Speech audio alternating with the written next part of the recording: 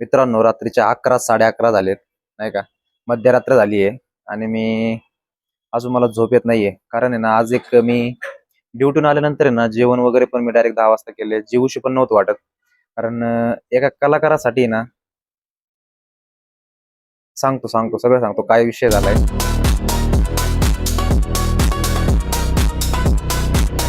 Good morning मित्रांनो, शुभ सकाळ. स्वागत तुमचं आपल्या युट्यूबच्या 365 डेली ब्लॉगिंग चॅलेंज मध्ये. आणि आपण सुरुवात केली डायरेक्ट आपल्या हॉस्टेल पासून. मामा हाय करा. चलो गुड मॉर्निंग. चलो मामा को हाई करके हम निकले. वो बोल रहे थे नहीं क्या, मतलब मेरा भी ब्लॉग में फोटो वगैरह ले लो. तो लिया भाई, क्या है, हम इतना बड़े ब्लॉगर भी नहीं कि भाई हम किसी को और को लेके उसका भी फॉलोअर बढ़ जाए. इंसानियत नाम की चीज रहती है भाई. ठीक है, तो चलो नहीं तो चला जाऊया आता. ठीक आहे. हु हु हु 6 वाजलेत मित्रांनो सकाळचे आणि समोर वातावरण बघू शकता. ठीक आहे.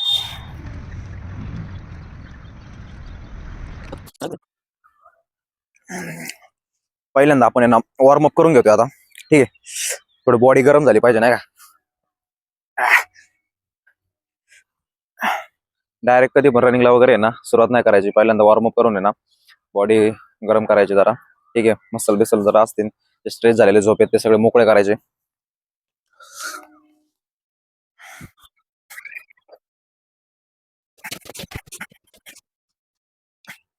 आणि जर तुम्ही रनिंग करणार असाल तर पायाचे पहिल्यांदा आहे ना सगळे मसल स्ट्रेच करून घ्यायचे. ठीक आहे, जसं मी करतोय तुम्ही बघू शकता.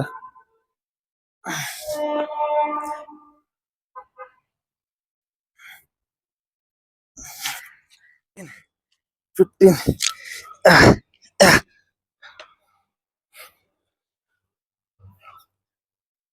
ऑलमोस्ट वॉर्मअप आपला आहे ना कम्प्लीट झालाय.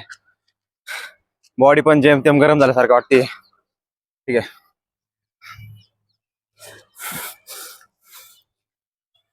आता रनिंगला गेलं तरी काही हरकत नाही. ठीक आहे.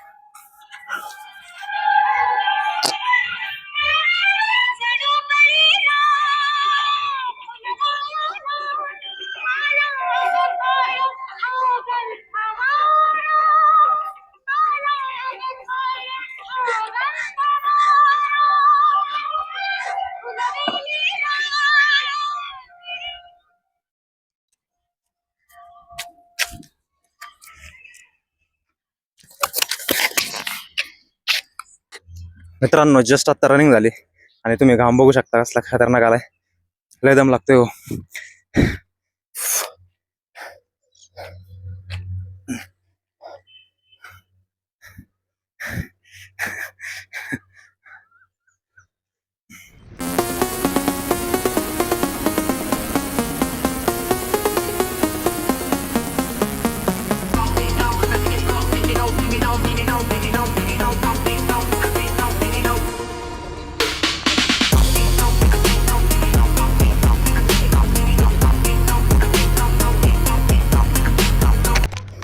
मित्रांनो, रनिंग वगैरे झाली, थोडा एक्सरसाइज झाला, पुलअप पुशअप वगैरे सपाट्या मारल्या आणि आता म्हणलं थोडं स्ट्रेचिंग आणि योगा करावं. नाही काय ॲप्सचं वर्कआउट तर काय एवढं होत नाही, थोडंफार करू म्हणा आज. आणि सकाळचे ना 8:30-9 झाले तर एवढं प्रचंड ऊन लागते ना. काय झालं काय माहिती दिवसेंदिवस पुण्याला.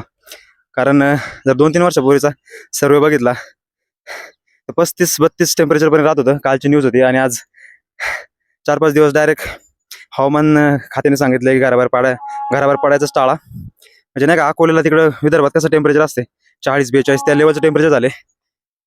काळजी घ्या, बाकी काय विषय नाही. चला.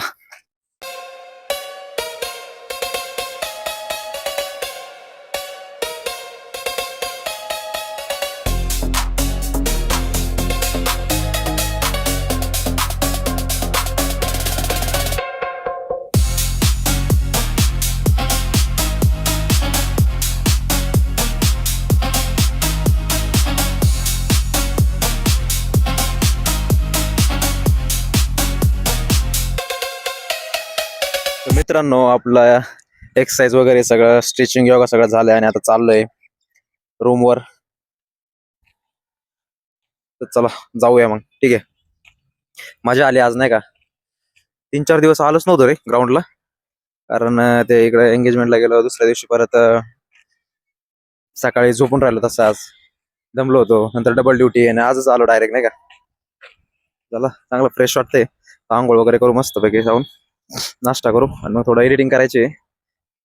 कालचा व्हिडिओ पण एडिट करायचा राहिलाय. ठीक आहे चला बाय. तर मित्रांनो, आता आपली ना झोपेतून उठलो होतो, आंघोळ वगैरे केली आणि ना हे बघा या हर्षल आता आंघोळीला चाललाय. क्लासला म्हणलं ना त्याला नको, क्लासला जाऊन माझा अपमान करतो का म्हणतोय. अरे का नाही ते असे क्लासला का मी आंघोळ वगैरे करून नाही का रेडी झालोय. जेवण वगैरे करू आणि जाऊ क्लासला. मला लगीन करणं पाय.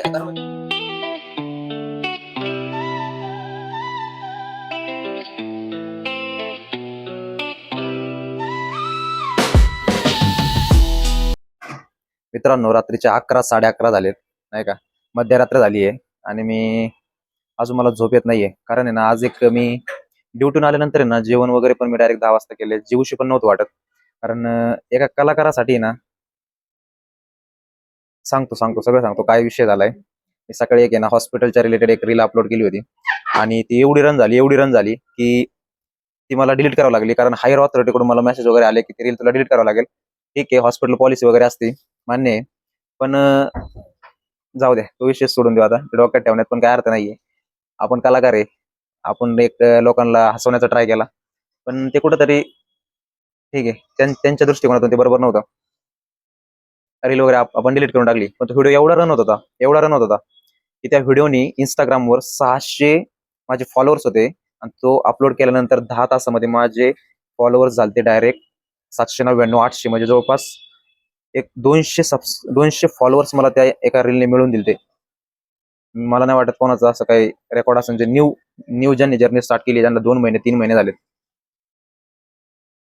म्हणजे मला एवढं वाईट वाटत होतं डिलीट करताना. मला अक्षरशः असं आतून मी रडत होतो, कारण एक जो असं एक काहीतरी जर्नी स्टार्ट करतो आणि त्याला असं काही अडथळे आले तर